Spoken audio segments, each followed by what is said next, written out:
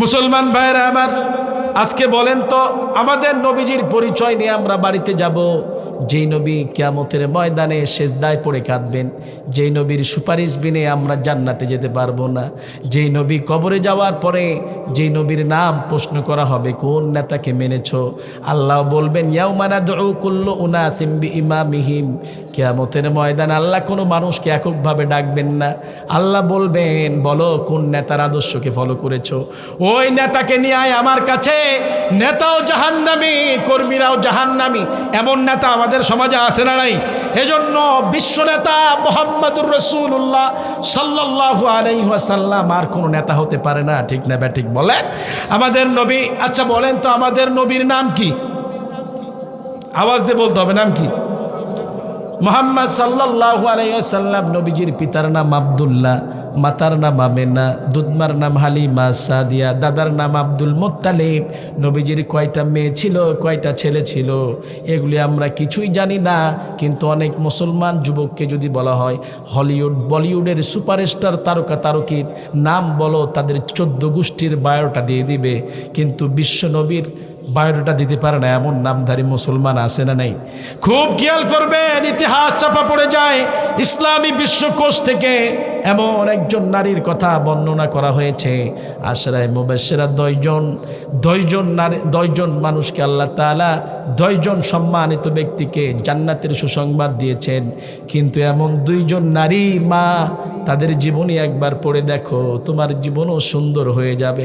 আল্লাহর হাবিব বলেছেন আপনারা চিন্তিত হবেন না, আপনাদের জন্য আল্লাহ তাআলা জান্নাতের মধ্যে বালাখানা তৈরি করে দিয়েছেন। সুবহানাল্লাহ বলেন।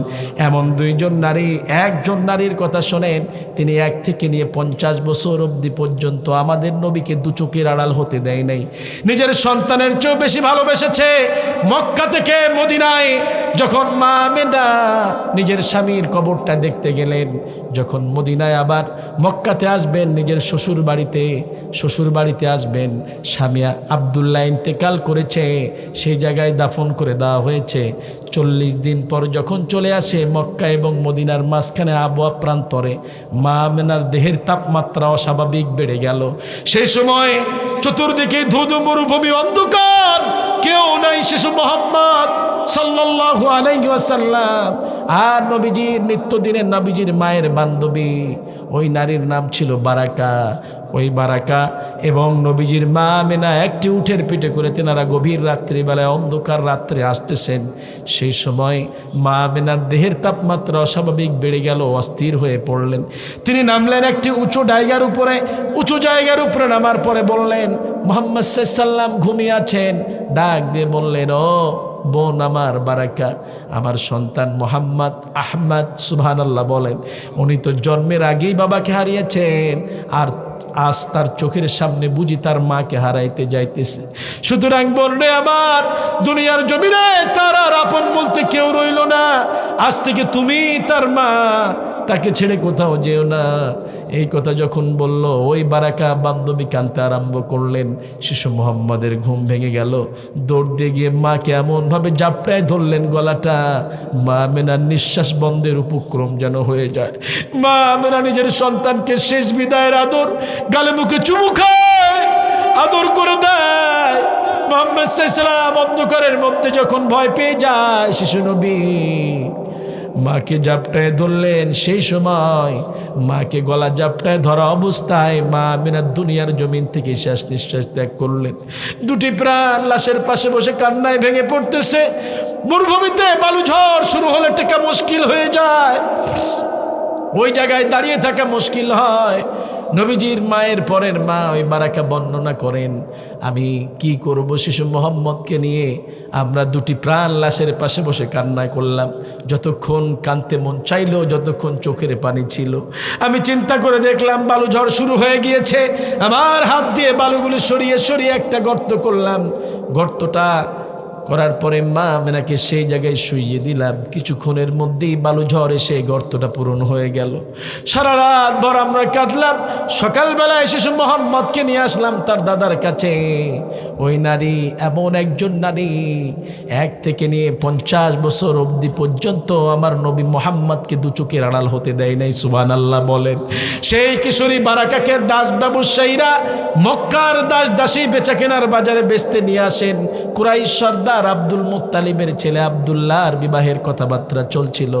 মদিনার অন্যতম আব্দুল ওয়াহাবের মেয়ে আমেনার সাথে। আমেনার সেবার জন্য আব্দুল মুত্তালিবের ছেলে আব্দুল্লাহ কিশোরী বারাকাকে দাস বাজার থেকে কিনেছিলেন। নববিবাহিতা স্ত্রী আমেনাকে উপহার দেবেন বলে বারাকার জীবন এমন ছিল, অল্প বয়সী পিতামাতার ভালোবাসা থেকে বিচ্যুত হয়ে পড়লেন। দাসী হিসাবে তিনি বাজারে বিক্রি হয়ে গেলেন। কিন্তু অন্যান্য দাস দাসীর তুলনায় বারাকার জীবন ছিল হাজারো লক্ষ গুণে ভালো। কেননা মা আমেনা ছিলেন খুব বড় বড় অধিকারিণী।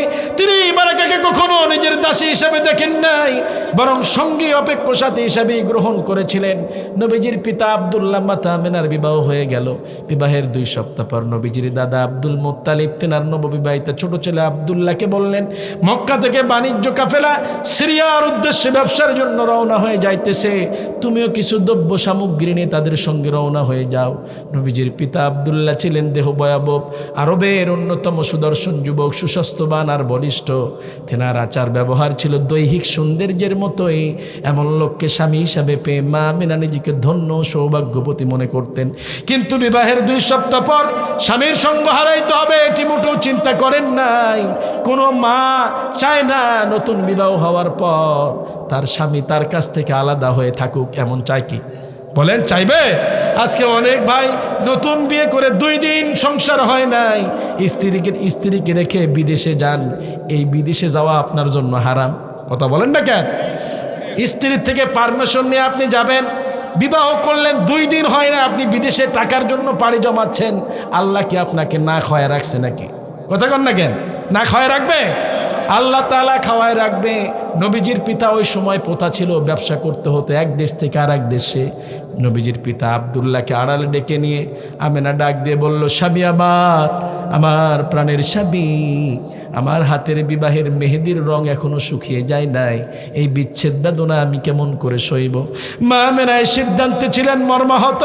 নবীজির পিতা আব্দুল্লাহ যখন সিরিয়ার উদ্দেশ্যে রওনা হয়ে যায়, মা আমেনা আর্তচিৎকার আর চেতনাহীন অবস্থায় দুনিয়ার জমিনে লুটিয়ে পড়ে। সেই সময় মা আমেনার মাথায় পানি ঢাললেন নিত্যদিনের সঙ্গিনী বারাকা। জ্ঞান ফিরে আসলো, ডাক দিয়ে বলল, বারাকা আমার একটু ধরে বিছানায় শুইয়ে দাও, দাঁড়াইতে পারি না, দুর্বল হয়ে পড়েছি। মা আমেনাকে ধরে বিছানায় শুইয়ে দেওয়া হলো। সেই থেকে শয্যাশায়ী জীবন আরম্ভ করে দিলেন আমেনা। কেউ কোনো প্রশ্ন করলে ইশারায় চোখের ভাষায় কেবল প্রশ্নের উত্তর দিয়ে থাকতেন। কেবল শ্রদ্ধেয় বৃদ্ধ আব্দুল মুত্তালিব যখন নিজের শ্বশুর পুত্রবধূর অসুস্থতার কথা জানার জন্য কাছে আসতেন, সেই সময় মা আমেনা হাজারো কষ্ট হইল শ্বশুরের সম্মানার্থে তিনি শোয়া থেকে বসিয়ে পড়তেন। সুবহানাল্লাহ বলেন। যেই সময় মা আমেনা নিজের শ্বশুরকে সম্মান দেখিয়েছেন, ওই যুগের নাম ছিল জাহিলিয়াতের যুগ। মা শুনে নাও, ভালো করে শোনো, ওই সময়ের যুগের নাম ছিল জাহিলিয়াতের যুগ, অন্ধকারের যুগ, বর্বরতার যুগ, অসভ্যতার যুগ। আর বর্তমান যুগে শিক্ষিতা মহিলার কোনো অভাব নাই। লয়ার পাশ করে এসেছে, FCPS FRCS ডিগ্রি নিয়ে এসেছে। এমন শিক্ষিতা বেটার বউ শ্বশুর শাশুড়িকে সম্মান করে না, মুরব্বী কেরাম দেখলে সালাম দেয় না। এমন শিক্ষিতা নামে বেয়াদব বেটার বউ আমাদের সমাজে আছে না নেই? আসতে বলবেন না, আছে না নাই? আছে মানে কি? প্রায় ঘরে ঘরে দেখা যায়। মুরব্বী কিরাম দেখলে সালাম দেয় না, পাড়ায় ঢ্যাং ঢ্যাং করে মাথার কাপড় ফেলে দিয়ে হাঁটে। এমন বেয়াদব মেয়ে আমাদের সমাজে আছে না? দোষ তো আপনার হয়ে গেল, দোষ তো আপনার। আপনি ধলস চামড়াওয়ালি মেয়ে দেখে আপনার ছেলের পুত্রবধূর বউ বানায় নিয়েছেন, ছেলের বউ বানায় নিয়ে আসলেন। ওই এমন বেপরদা নারী যদি ঘরে আসে, ওই ঘরটি দুজকখানায় পরিণত হয়ে যাবে। সুখের সংসারে তুষের আগুন জ্বালিয়ে ওরা নিমিষের মধ্যেই সংসারটা শেষ করে দিবে। ঠিক না ব্যাঠিক বলেন? আল্লাহর হাবিব বলেছেন, ও যুবকেরা, দুর্মুটিয়ার যুবক ভাইরা, তোমরা কাকে বিয়ে করবে?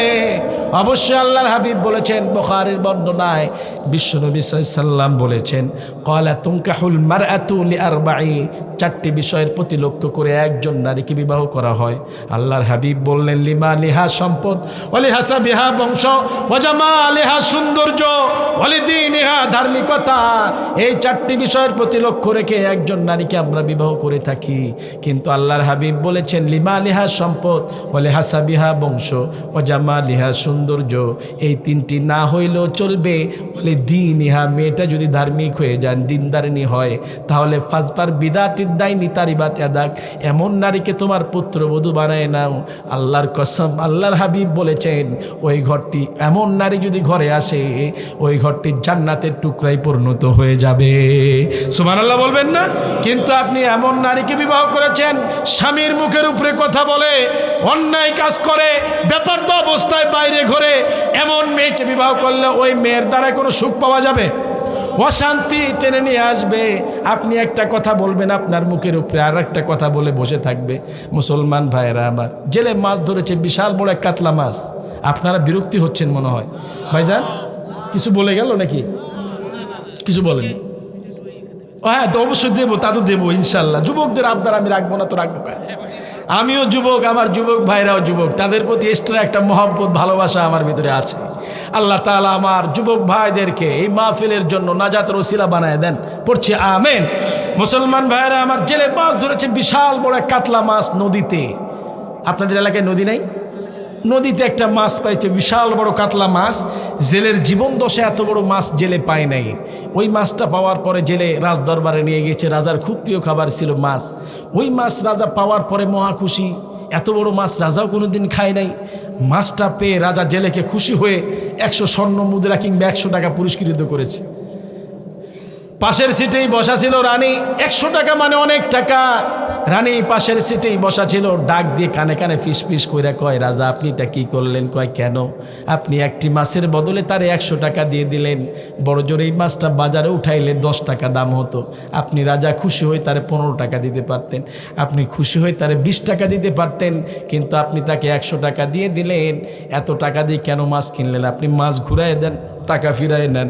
রাজা ডাক দিয়ে বলে, রানী আমি কেমন করে তার কাছ থেকে টাকা চাই? গরিব মানুষ, মাছের দাম দিই না, হাদিয়া দিয়েছি। রানী বলে, আমি অত শত বুঝি না, তুমি মাছ ফিরাই দাও, টাকা ঘুরায় নাও, নচেত এই মাছ আমি বটির তলায় ধরবো না। রাজা পড়েছে বিপদে। রানী আমার 14 পিঁড়ি রাজাগিরি করেছে, এখন যদি আমি জেলের কাছ থেকে টাকা চাই, আমার মান ইজ্জত বলতে তো কিছুই ঠিক থাকবে না। রানী কয়, রাজা আমি আপনার একটা বুদ্ধি শিখাই দেই। কয় কি বুদ্ধি? তাহলে আপনার কোনো দোষ হবে না। আপনি জেলেরে বলবেন, জেলে আমি তো এখন অনেক মানবিস কইরা খাই, একটা কথা বলতে তো আমি ভুলে গিয়েছিলাম, তোমার এই মাছ পুরুষ মাছ না নারী মাছ? জেলে যদি বলে পুরুষ মাছ, আপনি বলবেন আপনার নারী মাছ প্রয়োজন। যদি বলে নারী মাছ, আপনি বলবেন আপনার পুরুষ মাছ প্রয়োজন। দুইটার মধ্যে একটা বলবে, বাধ্য হয়ে জেলে মাছ ফিরায় নিয়ে যাবে, টাকা ঘুরাই দিয়ে যাবে। রাজা তো মহা খুশি। রানী তোমার মাথায় যে এত বুদ্ধি, আমি তো আগে জানতাম না। সুপ্রভাত, ধন্যবাদ দিয়া জেলের ডাক দিয়েছে। জেলে, জি মহারাজ এইদিকে আসো, একটা কথা তো বলতে ভুলেই গিয়েছি, আমি তো জানি না, আমি তো এখন অনেক মান বিষ কইরা খাই, তোমার একটা কথা বলতে ভুলেই গেলাম। আমি বলতে চাই যে তোমার এই মাছ পুরুষ মাছ না নারী মাছ? জেলে এবার ভয় ভয় হয়ে থমথম হয়ে উত্তর দেয়, রাজা সাহেব আমার এই মাছ পুরুষ মাছও না নারী মাছও না, আমার এই মাছ হচ্ছে হিজড়া মাছ। উপস্থিত জনগণ কে থামায় কার হাসি? রানীমাও মুখে কাপড় দিয়ে হাসতেছেন। রাজ দরবারে হাসির রোল পড়ে গেল। রাজাও জেলের এই বিচক্ষণতার উত্তর শুনে খুশি হয়ে জেলেরা আরও 100 টাকা পুরস্কৃত করছে। 200 টাকা নিয়ে জেলে বাড়ি পথে রওনা হয়ে যায়। রাজ দরবারের গেট পার হতে না হতেই জেলের পকেট থেকে 1 টাকার একটা কয়েন রাজ দরবারের গেটে পড়ে যায়। জেলে ওই টাকার কয়েন তুলে চুমু খায়, কপালে লাগায়, পকেটে ঢুকায়। রানী তো তেলে বেগুনে ভেজে আছে। রাজা দেখুন আপনার জেলে কত লোভী, একটি মাছের বদলে 200 টাকা দিলেন, তারপরেও তার লোভ সামলাইতে পারলো না। 1 টাকার কয়েন আমাদের রাজ দরবারের গেটে পড়ে গিয়েছে। কত ফকির মিসকিন ওই পথ দিয়ে যাতায়াত করবে, তারা না হয়ে উঠায় নিত। এখানে কথা বলেন না ভাই, ইশারা দিয়ে কথা বলেন। একটি টাকার কয়েন পড়ে থাকলে কত ফকির মিসকিন যাতায়াত করতো, তারা না উঠায় নিত। আপনার জেলে এত বখিল টাকা তুলতেছে চুমু খায়, কপালে লাগায়। এমন বখিল জেলের আপনি ফাঁসির কাস্টে ঝুলাই দেন, অত শত বুঝি না তারে আপনি ফাঁসির কাস্টে ঝুলাই দেন। রাজা বলল, ঠিকই তো, এই বেটা বখিল জেলে, এই দিকে আয়, তোর তো ফাঁসির কাস্টে ঝুলাই দেব, যাবজ্জীবন কারারুদ্ধ করে ফেলবো। একটি টাকার কয়েন পড়ে থাকলে ফকির মিসকিন যাতায়াত করে, তারা না উঠায় নিত। তুই এমনভাবে বকিলের মতো টাকা তুললি, চুমু খাইলি, কপালে লাগাইলি, তোরে তো আমি ফাঁসি দিয়ে দেব। জেলে ডাক দিয়ে বলল, মহারাজ ফাঁসি দেবেন না, যাবজ্জীবন কারারুদ্ধ করবেন, কোনো আপত্তি নাই, কিন্তু শেষবারের মতো আমার একটা কথা শুনতে হবে। কি বলবি? শেষ ইচ্ছার কথা তাড়াতাড়ি বলে ফেল। জেলে ডাক দিয়ে বলল, মহারাজ আমি হলো জেলে, আর আপনি আমাদের মহারাজ, আপনাকে আমরা প্রাণের চেয়েও বেশি ভালোবাসি। আমার জীবন দশা এত বড় মাছ পাই নাই, আপনি মাছ খাইতে ভালোবাসেন, আপনার জন্য হাদিয়া নিয়ে এসেছি।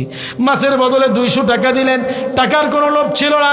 একটি টাকার কয়েন আপনার রাজ দরবারের গেটে পড়ে থাকলে আমার কোনো বালাই আসতো না, কিন্তু আমি চিন্তা করে দেখলাম ওই রাজ দরবারের গেটে যদি টাকার কয়েনটা পড়ে থাকতো, অনেক ফকির মিসকিন, অনেক মানুষ ওই পথ দিয়ে যাতায়াত করে, আর ওই টাকার যদি পড়ে থাকতো তাদের পায়ের তলায় অজান্তে ওই টাকার উপরে পা পড়তো। ওই টাকার মধ্যে আমার রাজা এবং রানীমার নাম লেখা আছে।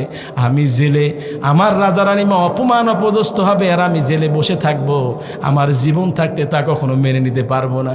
এজন্য তুলসী, চুমু খাইছি, কপালে লাগাইছি, পকেটে ঢুকাইছি। এইবার জেলের উত্তর শুনে রাজা কি বিচার করবে, ভাষা হারিয়ে ফেলে। রাজা আরো 100 টাকা পুরস্কৃত করছে। এই 300 টাকা নিয়ে জেলে বাড়ি পথে রওনা হয়ে যায়। এইবার রাজা ঘোষককে ডাক দিয়ে বললো, এই বেটা ঘোষক, এইদিকে আয়। জি মহারাজ। ওই ঢোলটা হাতে নে, আর রাজ্যে ঢোল পিটিয়ে দে, সকল প্রজাদেরকে জানায় দিবি, তারা যেন কেউ তাদের স্ত্রীর বুদ্ধিতে না চলে। যদি চলে আমি রাজা, আমার মতো 100 টাকার জায়গায় 300 টাকা হারাইতে হবে। আজকে মা মন খারাপ করছেন না, আপনার স্বামীকে আপনি 1000 পরামর্শ দেন, কোনো আপত্তি নাই, কিন্তু সিদ্ধান্ত আপনার স্বামী দিবে। কথা বলেন ঠিক কিনা? আল্লাহ বললেন, হুন্না লিবাসুল লাকুম ওয়া আনতুম লিবাসুল লাহুন। স্বামী স্ত্রীর পোশাক, স্ত্রী স্বামীর পোশাক, একজন আর একজনের পোশাক আল্লাহ বানিয়ে দিয়েছেন, কিন্তু স্ত্রীর চাইতে 1 কদম মর্যাদা আল্লাহ স্বামীর বাড়িয়ে দিয়েছেন। ঠিক কিনা বলেন? এরপরও যদি আপনি আপনার স্ত্রীর সিদ্ধান্ত মোতাবেক চলেন, তাহলে বুঝতে হবে আপনার জায়গাও বাংলার জমিনে হবে না, ভারতের দাদা বাবু ছাড়া গতি থাকবে না। ঠিক কিনা মুসলমান? এজন্য এমন নারীকে নেবেন যেই নারী আপনাকে জান্নাতের পথের দিকে নিয়ে যাবে, যেই নারীর সঙ্গ পাইলে আপনার জীবনটা ধন্য হয়ে যাবে। মুসলমান ভাইয়েরা আমার, নবীজির মা আমেনা যখন নবীজির পিতা আব্দুল্লাহ সিরিয়ার উদ্দেশ্যে রওনা হয়ে যায়, নবীজির মা আমেনা আর তো চিৎকার আর চেতনাহীন অবস্থায় পড়ে থাকেন। 2 মাস পর ঘুমন্ত ঘরে এক অদ্ভুত স্বপ্ন দেখলেন। ঘুম ভাঙার পর তিনি হয়ে উঠলেন আনন্দ, উদ্বেলার উৎফুল্ল। এই স্বপ্নের কথাটুকু নিজের কাছে গোপন রাখতে পারলেন না। নিত্যদিনের সঙ্গিনী বারাকার কাছে ব্যক্ত করে বললেন, বারাকা, আমি স্বপ্ন দেখলাম আমার তলপেট থেকে আলো বেরিয়ে আসছে। বারাকা সান্ত্বনা দিয়ে বললেন, আমেনা, আপনি কি নিজেকে গর্ভবতী অনুভব করছেন? মা আমেনা হ্যাঁ সচক মাথা নাড়া দিলেন। বারাকা সান্ত্বনা দিয়ে বললেন, আপনি চিন্তিত হবেন না, নিশ্চয়ই আপনার গর্ভে এক সৌভাগ্যবান সন্তান জন্ম লাভ করবে। সুবহানাল্লাহ বলেন। মুসলমান ভাইরা আমার, এত সান্ত্বনার বাণী শোনার পরও মা আমেনা নিজের মনকে শান্ত রাখতে পারলেন না। সবসময় দুশ্চিন্তাগ্রস্ত থাকতেন, বিরহ বেদনার উৎকণ্ঠায়, আহারে অনীহায় বিনোদীর রজনী যাপনে মা আমেনার দিন যায় আর স্বাস্থ্য ভেঙে পড়তে লাগলো। রাহমাতাল লিল আলামিন দুনিয়ার জমিনে আসবে, সেই সময় মক্কার জমিনে ঘটে গেল আর এক দুর্ঘটনা। ইয়ামিন দেশের সম্রাট আব্রাহা আল আশরাফ বিশাল হাতি বাহিনী নিয়ে মুসলমানদের কাবা ঘর ভাঙার জন্য আসতেছে। কাবা ভাঙার কারণ হলো একটাই, বিশ্বনবী দুনিয়ার জমিনে আসবেন, তার আগে এই ঘটনা ঘটে যায়। কাবা ভাঙার কারণ হলো একটাই, মুসলমানদের মতো অনুরূপ কাবা ইয়ামিন দেশে তৈরি করেছিল। মুসলমানদের যে কাবা তার রং হলো কালো, ইয়ামিন দেশের যে সম্রাট কাবা তৈরি করেছে তার রং দিয়েছে সোনালী কালার রং, আক্রোশিত রং, যাতে করে তীর্থযাত্রীরা তার কাবায় গিয়ে উপচে পড়ে। সকল মানুষজন মুসলমানদের কাবায় আসে, তার কাবায় কেউ যায় না। হিংসায় গা জ্বলে উঠল। তিনি বিশাল হাতির মওড়া নিয়ে কাবা ঘর ভাঙার জন্য আসতেছে। কুরাইশ সর্দার আব্দুল মুত্তালিবের কানে যখন খবর পৌঁছে যায়, তিনি এক দৌড় দিয়ে কাবার চত্বরে যায়, ডাক দিয়ে বলল, কাবাবাসীরা, ও কাবাবাসীরা, ইয়ামিনের সম্রাট আব্রাহা আল আশরাফ আমাদের কাবা ভাঙার জন্য আসতেছে। সুতরাং তোমাদের যার যা কিছু টাকা পয়সা সোনা দানা যা আছে তা নিয়ে পাহাড়ের গুহায়, পাহাড়ের চূড়ায় লুকিয়ে পড়ো। যতক্ষণ পর্যন্ত ইয়ামিনের সম্রাট কাবার চত্বর ত্যাগ না করেছে কেউ তার সামনে দেখা দিও না। সকল মানুষজন লুকিয়ে পড়ল। আব্দুল মুত্তালিব এক দৌড় দিয়ে আমেনার ঘরের দরজার পাশে গিয়ে ডাক দিয়ে বলল, আমেনা ভিতরে আসো মা। আওয়াজ দেয়, বাবা ডাকছেন, কমা এক্ষুনি বেরিয়ে পড়ো, আমাদের পাহাড়ের চূড়ায় লুকিয়ে পড়তে হবে। ইয়ামিনের সম্রাট আমাদের কাবা ভাঙার জন্য আসতেছে, আমাদের দেখলে তারা হত্যা করে ফেলবে। মা আমেনা ভেতর থেকে আওয়াজ দিল, বাবা আমি অসুস্থ, দাঁড়াইতে পারি না। আব্দুল মুত্তালিব বলল, যতই কষ্ট হোক না কেন দাঁড়াইতে হবে, লুকাইতে হবে, পাহাড়ের চূড়ায় লুকাইতে হবে। মা আমেনা ভিতর থেকে আওয়াজ দিল, বাবা আপনি পৃথিবীর সমস্ত নারীদেরকে বলে দেন এমন কোন নারী আছে কিছুক্ষণের মধ্যেই সন্তান প্রসব হবে, আর সেই নারী কেমন করে পাহাড়ের চূড়ায় বেয়ে উঠতে পারে? বাবা আমার জন্য তো অসম্ভব হয়ে যায়। ও বাবা আপনি চিন্তিত হবেন না, কাবার যিনি মালিক তিনি কাবাকে রক্ষা করবেন, ইয়ামিনের সম্রাট কাবার কোনোই ক্ষতি করতে পারবে না। সুবহানাল্লাহ, জোরে এত কম? মুসলমান ভাইরা আমার, ইয়ামিনের সম্রাট যখন কাবার 2 মাইল দূরে চলে আসলো, জায়গার নাম হচ্ছে মুজদালিফা, সেই জায়গায় যখন বিশাল হাতির মহড়া নিয়ে আসলেন, আল্লাহ তাআলা এক ঝাঁক আবাবিল পাখি পাঠিয়ে দিলেন। তারা ঠোঁটে করে পাথর নিয়ে আসলেন, তাদের উপরে নিক্ষেপ করলেন। ওই পাথর নিক্ষেপের ঠেলায় ইয়ামিনের সম্রাট তার সৈন্যদল হাতিগুলি চর্বিত ঘাসের নাই পরিণত হয়ে গেল। সুবহানাল্লাহ বলবেন না? যখন চর্বিত ঘাসের নাই পরিণত হয়ে যায়, আল্লাহ তাআলা ইয়ামিনের সম্রাটকে কেন্দ্র করে নবীজি সাল্লাল্লাহু আলাইহি সাল্লামকে জানিয়ে দিয়েছেন, একটা ছোট্ট সূরাও নাজিল করে দিলেন। সূরাটা হলো আল্লাহর হাবিবকে বলছেন, নবীজি শুনুন, আলাম তারা কাইফা ফাআলা রাব্বুকা বিআসহাবিল ফিল, আপনি কি দেখেন নাই আপনার প্রভু এই হাতিওয়ালাদের সঙ্গে কিরূপ আচরণ করেছিল? আলাম ইয়াজআল কাইদাহুম ফি তাদলিল, আপনি কি দেখেন না আপনার প্রভু তাদের সমস্ত অপচেষ্টাকে নস্যাৎ করে দিয়েছিলেন? ওয়া আরসালা আলাইহিম তায়রান নাবাবিল, আপনি কি দেখেন না আপনার প্রভু ঝাঁকে ঝাঁকে আবাবিল পাখি পাঠিয়েছিলেন? তারমিহিম বিহিজারাতিম মিন সিজিল, আপনি কি দেখেন নাই ওই পাখিগুলি আগুনের পাকানো কঙ্করগুলি নিয়ে, পাথরগুলি নিয়ে তাদের উপরে নিক্ষেপ করেছিল, ফলে ফাজআলাহুম কাসফিম মাকুল, তাদের চেহারাগুলি তোমার রব আল্লাহ তাআলা চর্বিত ঘাসের নাই পরিণত করে দিয়েছিলেন। সুবহানাল্লাহ বলেন। মুসলমান ভাইরা আমার, ইয়ামিনের সম্রাট যখন শেষ হয়ে যায়, দলে দলে ভাগ ভাগ ওই কাফেলার মানুষগুলি, নবীজির পিতা যারা গিয়েছিলেন কাফেলায় ব্যবসার জন্য, ভাগ ভাগ হয়ে মক্কার জমিনে প্রবেশ করতে আরম্ভ করলো। আব্দুল মুত্তালিব নিজের সন্তানের জন্য দৌড় দিয়ে মক্কার প্রবেশ পথের দিকে দাঁড়িয়ে গেল, ডাক দিয়ে বলল, আমার সন্তান আব্দুল্লাহর কোনো খবর আছে নাকি? কেউ কোনো খবর দিতে পারে না। মা আমেনা অস্থির হয়ে পড়েছেন, কেননা মায়েরা ওই সময় সবচাইতে স্বামীকে কাছে চায়, যে সময় বাচ্চা প্রসব হয় মারা স্বামীর হাতটা ধরতে চায়। নবীজির মা আমেনা নিত্যদিনের সঙ্গী বারাকাকে বললেন, বারাকা সকলের স্বামী তাদের স্ত্রীর সঙ্গে এসে সাক্ষাৎ করে, আমার স্বামী আব্দুল্লাহ এখনো আসে না কেন? তার সন্তান যে আমার গর্বে, আমি এই খুশির সংবাদটুকু আমি আমার স্বামীকে জানাইতে চাই। ও বান্ধবী যাও আমার শ্বশুরের কাছে, দেখো তো আমার স্বামী আব্দুল্লাহ এখনো আসে না কেন? চলে গেলেন শ্বশুরের কাছে। নবীজির দাদার কাছে আব্দুল মুত্তালিবের কাছে একটা কাফেলা বাকি ছিল। ওই কাফেলাটা যখন প্রবেশ করলো, আব্দুল মুত্তালিব মুখটা হাস্য জল নিয়ে কাফেলার লিডারকে বললেন, আমার সন্তান আব্দুল্লাহর কোনো খবর আছে নাকি? কোনো নির্ভরযোগ্য খবর দিতে পারে না। ওই কাফেলার লিডার ডাক দিয়ে বলল, আপনার সন্তান আব্দুল্লাহ পথে ইন্তেকাল করেছেন, আমরা সেখানেই তাকে দাফন করে দিয়ে এসেছি, সেখানেই তাদেরকে আমরা দাফন করে দিয়ে এসেছি। মুসলমান ভাইরা আমার, আব্দুল মুত্তালিব যখন শুনলেন নিজের সন্তান ইন্তেকাল করেছে, বাবার হৃদয়টা যেন ভেঙ্গে খান খান হয়ে যায়। আর নবীজির মায়ের পরের মা বারাকা, তিনি এক দৌড় দিয়ে চলে গেলেন আমেনার কাছে, বিলাপ করতে করতে বলতেছে, আমেনা ও আমেনা, তোমার স্বামী আব্দুল্লাহ আর দুনিয়ায় নাই, পথে ইন্তেকাল করেছে, সেখানেই তাকে দাফন করে দিয়ে আসা হয়েছে। মা আমেনা বেহুশ হয়ে পড়ে গেলেন, মাথায় পানি ডালে জ্ঞান আসে, আবার জ্ঞান হারিয়ে ফেলে। আব্দুল মুত্তালিবের হৃদয়টা যেন ভেঙে খান খান হয়ে যায়। মরুভূমির উপরে দুটি বালুর উপরে দুটি হাঁটু দিয়ে চোখ বেয়ে বেয়ে পানি পড়তে আরম্ভ করলো।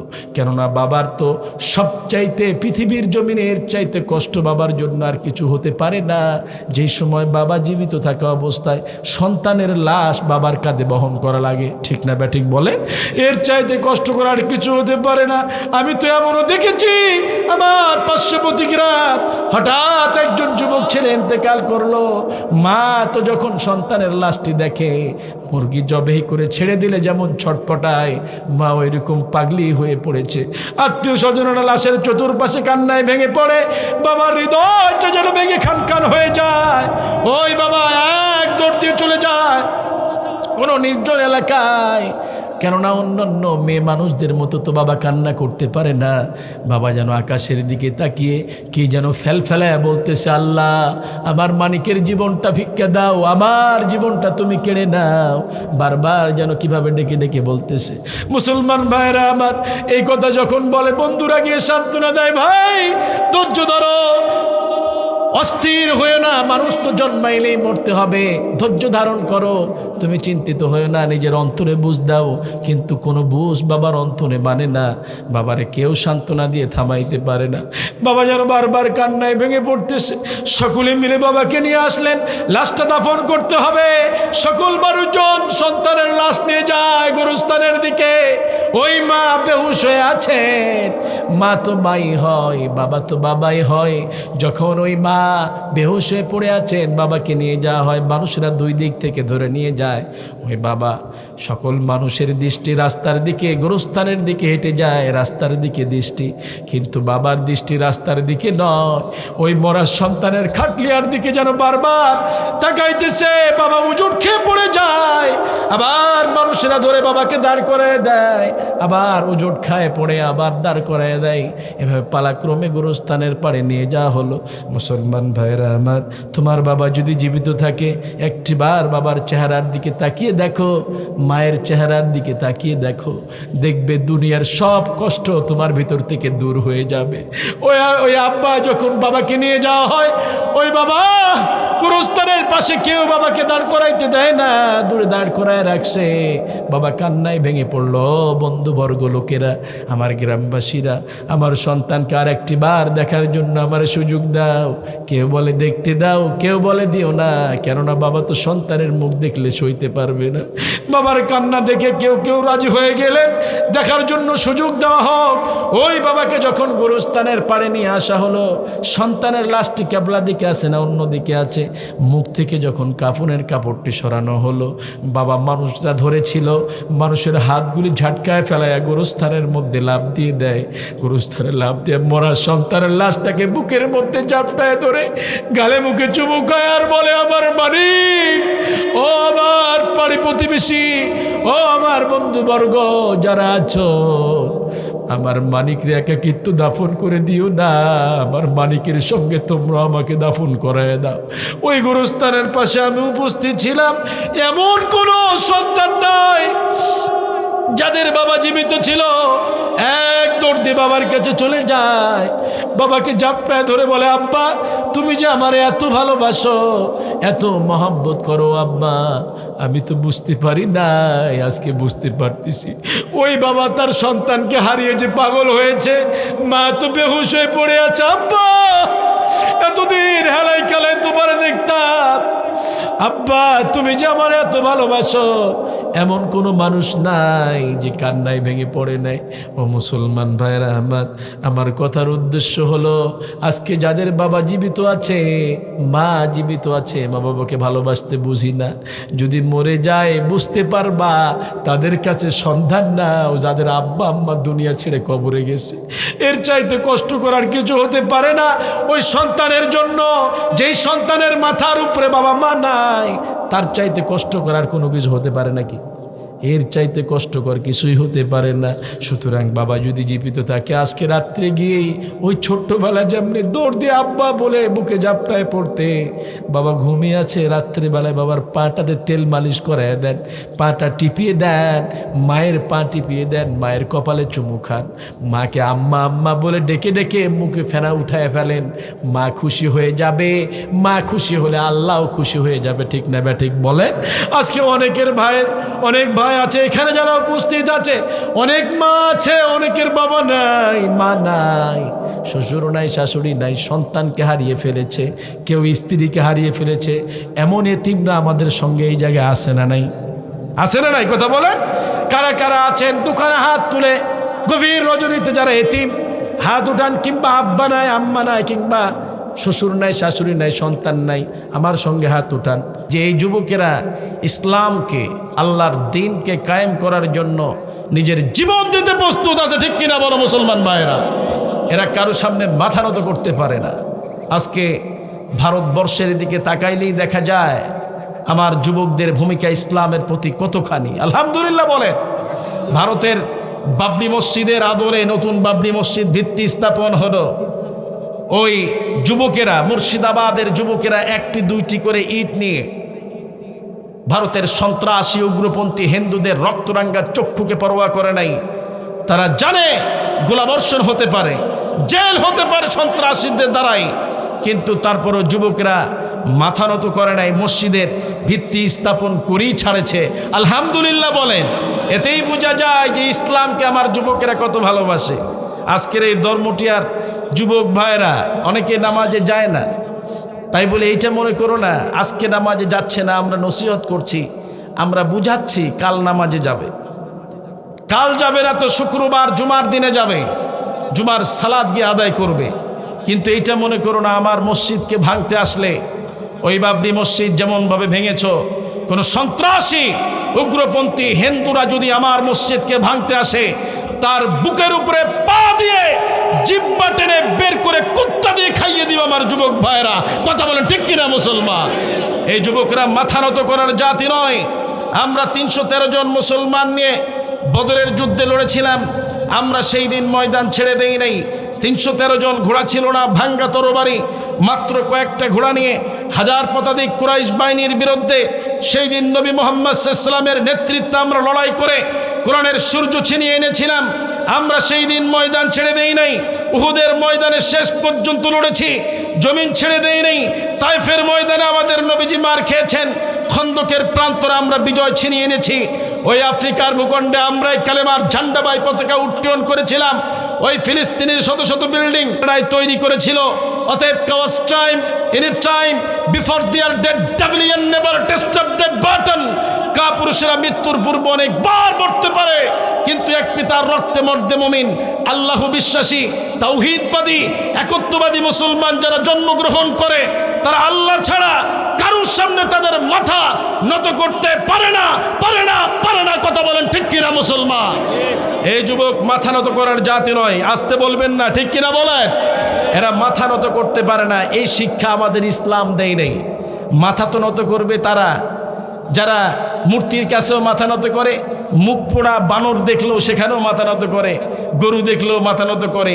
গোটা পৃথিবী যখন ইসরায়েলের বিরুদ্ধে কথা বলল, সেই সময় ভারতের সন্ত্রাসী হিন্দুগুলি মুসলমানদের বিরুদ্ধে কথা বলছে, আর বিরুদ্ধে কথা বলছে, ইসরায়েলের পক্ষে কথা বলছে। ফিলিস্তিনি মুসলমানদের এই খুন, রক্ত বয়ে যাচ্ছে, এই দিকে তাদের মায়া কান্না কান্দে নাই।